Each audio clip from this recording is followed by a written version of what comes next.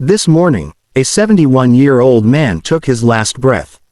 He wasn't famous. He wasn't a billionaire. He didn't make headlines. But his life, like all lives, carried lessons we often ignore until it's too late. Today, we reflect not just on his passing but on what we can learn from a life lived, a journey completed, and a legacy left behind. Imagine waking up one morning, feeling a little off. You brush it off. Just another ache, just another tired day. Life goes on, and there's always something more urgent. Work, bills, commitments, the daily grind. Weeks pass, months slip by, and then suddenly, you're in a doctor's office, hearing words you never expected to hear. A diagnosis, a condition that could have been prevented, a health crisis that no longer gives you the choice to ignore it. This is how it happens for so many people, not all at once, but gradually, in the small, everyday neglect of their well-being. We often take our bodies for granted, assuming they will keep functioning no matter how much we push them. Late nights, processed food, stress, lack of movement, we tell ourselves that we'll make up for it later. We'll start the diet next week, hit the gym when work isn't so demanding, meditate when life slows down. But here's the truth. Life doesn't slow down.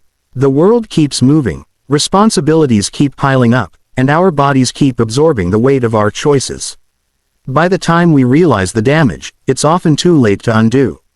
Think about the people who have lived long, vibrant lives. What do they have in common? It's not just luck or genetics. It's the conscious decisions they make every single day, the food they eat, the way they manage stress, the commitment to moving their bodies. It's the understanding that health is not something to fix when it's broken but something to maintain before it cracks. Imagine if we approached our bodies the way we do our most prized possessions. If you had a luxury car, would you skip the oil change? Would you let it run on fumes, expecting it to perform at its best? Of course not, yet we do that to ourselves constantly.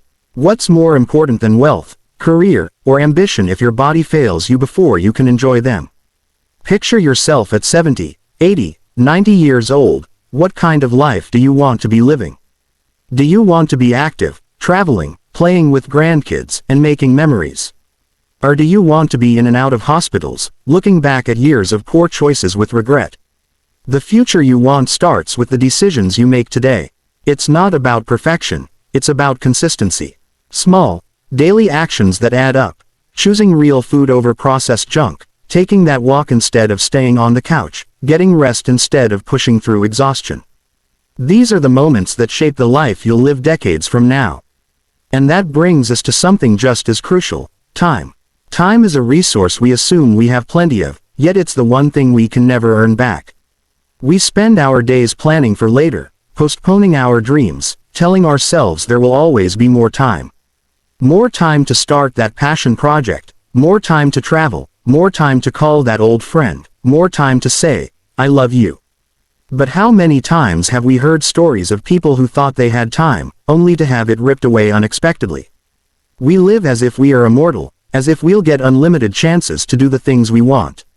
But reality doesn't work that way. Every day we wake up is another day spent, one less in the bank. And yet, we waste so much of it. We waste it. Picture this. A man spends his entire life chasing success. He climbs the corporate ladder, builds a name for himself, and secures financial stability. His schedule is always full, his time always accounted for. Late nights at the office, missed birthdays, phone calls cut short, always with the promise of making it up later. He tells himself he's doing it for his family, that one day, when everything is settled, he'll finally have time to enjoy life with them. But one day never comes. Years pass, and the sacrifices he made in the name of success start to reveal their cost. The relationships he once took for granted have grown distant. The laughter that used to fill his home has quieted. The people who meant the most to him learn to live without him. When he finally has the time he always wished for, the people he worked so hard for have already moved on. And he realizes, too late, that all the success in the world can't replace lost moments with the ones he loved. We often get caught in this trap, believing that achievement and financial security are the ultimate goals. Society tells us that success is measured in titles, salaries, and material possessions. But when we strip it all away, what truly matters? When we look back on our lives, will we remember the long hours at work, the deals we closed, the promotions we earned? Or will we remember the laughter over dinner, the late-night talks, the small, seemingly insignificant moments that, in hindsight, meant everything? Ask anyone at the end of their life what they wish they had more of, and their answer won't be money. It won't be career accolades. It will be time with the people they love. The irony is that we chase success so we can provide a better life for our families, yet in doing so, we often sacrifice the very thing that makes life meaningful. The reality is, the people who love us don't want more of what we can buy them, they want more of us. More time, more presence, more shared experiences. Yet so many people move through life without ever stopping to ask themselves why they do what they do. They wake up, go to work, follow the routine, and tell themselves this is just how life is. They let years slip by waiting for some distant day when they'll finally have the freedom to pursue what truly fulfills them. But what if that day never comes? What if, by the time they're ready to live, they realize they've spent their best years merely existing? There's a difference between making a living and making a life. Too often, we get so caught up in survival that we forget to live.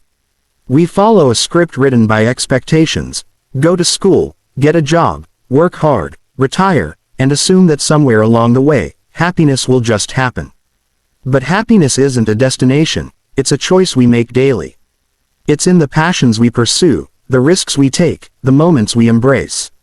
Imagine waking up every day knowing you are doing something that excites you, something that gives you purpose.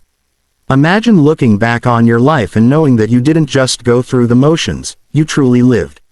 That you didn't wait for permission to follow your dreams, didn't put off what mattered, didn't let fear or routine keep you from chasing what set your soul on fire. Because in the end, the greatest regret isn't failing. It's never having tried. Think back to the last time you truly felt present in a moment, not distracted, not rushing, but fully there. Maybe it was a quiet morning with a cup of coffee, watching the sunrise. Maybe it was laughing so hard with a friend that you forgot what time it was. Maybe it was holding someone's hand, feeling their warmth, and realizing that nothing else in the world mattered in that instant. These moments don't announce themselves as life-changing. They don't come with grand music or flashing lights. But years later, when we reflect on what truly mattered, these are the moments that stand out. Yet, so many of us are caught in a cycle of chasing something bigger, thinking that happiness is always in the next big event, the next achievement, the next milestone. We believe joy comes from grand vacations, promotions, or material success. But ask anyone who has lost someone they love, and they'll tell you, it's not the big things they miss. It's the small, everyday details. The sound of their laughter. The way they hummed while making breakfast. The tiny, seemingly insignificant interactions that made life beautiful. We live in a world that constantly pushes us to want more, to do more, to achieve more. We're told that slowing down means we're falling behind. But what if slowing down is exactly what we need to truly live? What if the moments we rush past every day, the smile from a stranger, the conversation with a loved one, the quiet stillness of a morning, are the very things that make life rich? We take these moments for granted because we assume there will always be more. More time to have that deep conversation. More time to apologize. More time to say, I love you. But time doesn't wait. The last time you saw someone could already be the last time. The last hug you gave, the last words you spoke, the last laugh you shared, all of it can become a final memory without warning. And when that happens, what remains? Regret, or the peace of knowing you truly cherished the time you had. The legacy we leave isn't found in trophies, job titles, or bank accounts. It's found in the way we make people feel.